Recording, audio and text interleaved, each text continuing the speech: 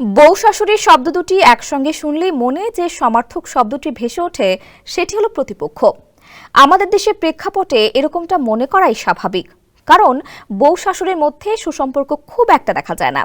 আবহমান কাল থেকে মানুষে মানুষে খাট্টা মিঠা সম্পর্কের মোক্ষম উদাহরণ বউ শাশুড়ির সম্পর্ক। এই জটিল সম্পর্ক নিয়ে রচিত হয়েছে কত না গল্প, উপন্যাস।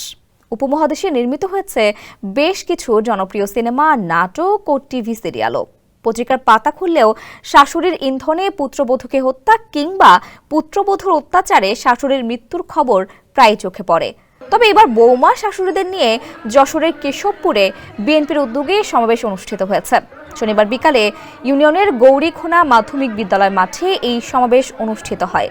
যশোর জেলা মহিলা দলের যুগ্ম সম্পাদক নাজমা সুলতানার সভাপতিত্বে অনুষ্ঠিত এই সমাবেশে প্রধান অতিথি হিসেবে বক্তব্য রাখেন কেন্দ্রীয় বিএনপি জাতীয় নির্বাহী কমিটির সদস্য আবুল হোসেন আজাদের সহধর্মিণী রেহানা আজাদ।